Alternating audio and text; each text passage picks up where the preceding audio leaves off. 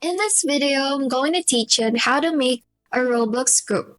Before we proceed, you need to make sure that you have a Robux in your account, as it costs 100 Robux to create a group. Also, take note that as of now, the groups in Roblox has been renamed to communities. Let's start. If you don't have enough Robux in your account, then you can buy it on the official website. Go to Roblox website and log into your account. Next, click on the Robux icon on the upper right part, then select Buy Robux. Now, select the amount you wish to buy and complete the transaction.